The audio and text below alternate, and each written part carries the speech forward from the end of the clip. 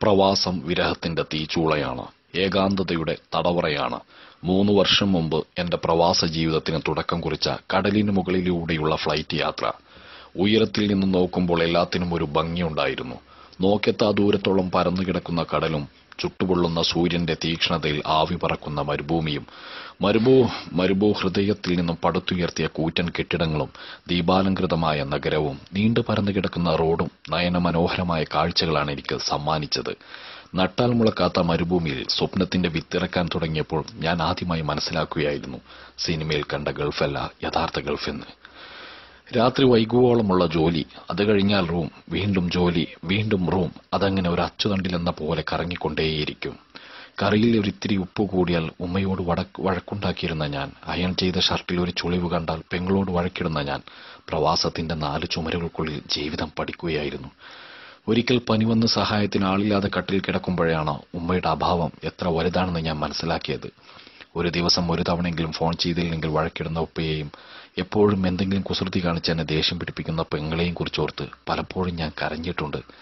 എന്നാൽ ഈ ചെറിയ പ്രവാസ ജീവിതത്തിനിടക്ക് ഞാൻ പരിചയപ്പെട്ടവരുമായി താരതമ്യം ചെയ്തപ്പോൾ എന്റെ ദുഃഖം വളരെ ചെറുതായിരുന്നു. നല്ല ജോലിയാണെന്ന ഏജന്റിന്റെ വാക്ക് വിശ്വസിച്ച് കൂടുതൽ അന്വേഷിക്കാതെ ഇവിടെ എത്തി ചതിക്കപ്പെട്ടവർ, ഒടുവിൽ ഒരു തണൽ മരം പോലുമില്ലാതെ ചുട്ടുപൊള്ളുന്ന മരുഭൂമിയിൽ അറബിയുടെ ആടുമാടുകളെ മേയിച്ച് ആടുജീവിതം നയിക്കുന്നവർ. വയസ്സ് 50 കഴിഞ്ഞിട്ടും 20 വർഷത്തിലേറെ ഇവിടെ നിന്നിട്ടും നിർത്തിപ്പോവാത്തതെന്തെന്ന് ചോദിച്ചപ്പോൾ 4 പെൺമക്കളാണ്, 3 പേരെ കെട്ടിച്ചു, ഇനി ഒരാളെ കൂടി കെട്ടിക്കാനുണ്ട് എന്ന് പറഞ്ഞു തീർന്നപ്പോഴേക്കും ചുമച്ചു ശ്വാസം കിട്ടാതെ പിടയുന്ന ഹംസക്കാക്കയുടെ ചുളിവ് വീണ കൺകോണുകളിൽ ഞാനന്ന് കണ്ട കണ്ണുനീരിന്റെ നനവ്. കുട്ടിക്കാലത്ത് തന്നെ ഉപ്പ മരിച്ചിട്ടും ജോലിക്ക് പോയി ഒരു കുറവുമില്ലാത്ത തന്നെ വളർത്തിയ സ്നേഹനിധിയായ ഉമ്മയുടെ വിയോഗം അറിഞ്ഞ് എന്റെ ഉമ്മയുടെ മുഖം അവസാനമായിട്ടൊന്ന് കാണാൻ പോലും പറ്റിയില്ലല്ലോ എന്ന് പറഞ്ഞ് കൊച്ചു കുഞ്ഞിനെ പോലെ പൊട്ടിക്കരഞ്ഞ മഞ്ചേരിക്കാരൻ അഷ്റഫ്. ആദ്യ പ്രസവത്തിന് ഭാര്യയെ ലേബർ റൂമിലേക്ക് കയറ്റിയപ്പോൾ നട്ടപ്പാതിരക്ക് ഉറക്കം വരാതെ ടെൻഷൻ അടിച്ചു നടന്ന ഉമർ, ഒടുവിൽ ഭാര്യ പ്രസവിച്ചു എന്നറിഞ്ഞപ്പോൾ ഞങ്ങളെല്ലാം വിളിച്ചുണർത്തി കെട്ടിപ്പിടിച്ചപ്പോൾ അവന്റെ മുഖത്ത് കണ്ട സന്തോഷം. വാട്സാപ്പിൽ തന്റെ കുഞ്ഞിന്റെ മുഖം കണ്ടപ്പോൾ കണ്ണീരോടെ ആ മൊബൈൽ നെഞ്ചോട് ചേർത്ത അവന്റെ ആ സ്നേഹം. കല്യാണം കഴിഞ്ഞ് 2 മാസം കൊണ്ട് ഭാര്യയെ പിരിഞ്ഞ് ഇങ്ങോട്ട് തിരിക്കേണ്ടി വന്ന ഷമീമിന്റെ നൊമ്പരങ്ങൾ.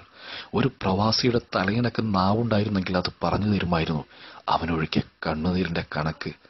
ഇതൊക്കെ വായിക്കുമ്പോൾ ചിലർക്കെങ്കിലും തോന്നാം, ഇത്ര ബുദ്ധിമുട്ടി എന്തിനാണ് ഗൾഫിൽ നിൽക്കുന്നത്? ഇവിടെ കെട്ടിടം പണിക്ക് 1000 രൂപ കിട്ടും, മരപ്പണിക്ക് 1500 കിട്ടും എന്നൊക്കെ. മരപ്പണി കൊണ്ടൊരു വാതിൽ നിർമ്മിക്കാൻ കഴിഞ്ഞേക്കാം, കെട്ടിടം പണി കൊണ്ടൊരു കെട്ടിടവും കെട്ടിപ്പൊക്കാൻ കഴിയും. പക്ഷേ ജീവിതം കെട്ടിപ്പൊക്കണമെങ്കിൽ ചിലർക്കെങ്കിലും പ്രവാസിയായേ മതിയാവൂ. ഈ അടുത്ത് കൂട്ടുകാരൻ വിളിച്ചപ്പോൾ പറഞ്ഞു, പ്രവാസികൾക്ക് പെണ്ണ് കിട്ടില്ല എന്ന്.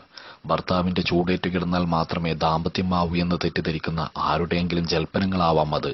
കാരണം തന്റെ യൗവനം ഈ മരുഭൂമിയിൽ പണയം വെച്ച് എല്ലാ സുഖങ്ങളും ത്യജിച്ച് തന്റെ കുടുംബത്തിന് വേണ്ടി അഹോരാത്രം അധ്വാനിക്കുന്ന പ്രവാസികളെക്കാൾ വലിയ ത്യാഗികളായിട്ട് ആരുണ്ട്? എങ്കിലും നാട്ടിലെ പല വാർത്തകൾ കേൾക്കുമ്പോഴും ഇവിടെയുള്ളവരുടെ നെഞ്ചിൽ തീയാണ്. പ്രിയ സുഹൃത്തെ, നിന്റെ ഓട്ടോയിൽ കയറുന്ന പെണ്ണിന്റെ ഭർത്താവ് ഗൾഫിലാണെന്ന് അറിയുമ്പോൾ, നിന്റെ മൊബൈൽ കടയിൽ റീചാർജ് ചെയ്യാൻ വരുന്ന പെണ്ണിന്റെ ഭർത്താവ് ഗൾഫിലാണെന്ന് അറിയുമ്പോൾ, നിന്റെ ബസ്സിൽ കയറുന്ന പെണ്ണിന്റെ ഭർത്താവ് ഗൾഫിലാണെന്ന് അറിയുമ്പോൾ, കാമം പിടിച്ച കണ്ണുകൾ കൊണ്ട് അവളെ ചൂഴ്ന്നു നോക്കുമ്പോൾ ഒന്നറിയുക, നിന്നെപ്പോലെ മച്ചയും മാംസവും വികാരവുമുള്ള ഭർത്താവ് അവൾക്കുമുണ്ടെന്ന്. ജീവിതം 2 അറ്റം കൂട്ടിമുട്ടിക്കാൻ വേണ്ടിയാണ് അയാൾ ഇവിടെ കഷ്ടപ്പെടുന്നതെന്നും. പണ്ട് പഠിക്കുന്ന കാലത്ത് ടൂർ പോവാൻ ഉപ്പയച്ചു വന്ന കാശ് കുറഞ്ഞുപോയപ്പോൾ എനിക്ക് ദേഷ്യം തോന്നിയിട്ടുണ്ട്. ഇന്ന് ഈ മരുഭൂമി മുഴുവൻ കറങ്ങിയിട്ടും പണം കായ്ക്കുന്ന മരം മാത്രം ഞാൻ കണ്ടില്ല.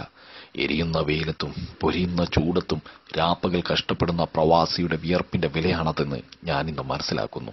വിരഹത്തിന്റെ വേദന മനസ്സിലാവണമെങ്കിൽ, ബന്ധങ്ങളുടെ ദൃഢത മനസ്സിലാവണമെങ്കിൽ, സ്നേഹത്തിന്റെ വില മനസ്സിലാവണമെങ്കിൽ, പണത്തിന്റെ മൂല്യം മനസ്സിലാവണമെങ്കിൽ, അധ്വാനത്തിന്റെ മഹത്വം മനസ്സിലാവണമെങ്കിൽ, സമയത്തിന്റെ വില മനസ്സിലാവണമെങ്കിൽ ജീവിതത്തിൽ ഒരിക്കലെങ്കിലും പ്രവാസിയാവണം. ജീവിതത്തിൽ ഒരിക്കലെങ്കിലും പ്രവാസിയാവണം. സ്റ്റോറി കോർട്ടസി ഷാഹുൽ മലയിൽ.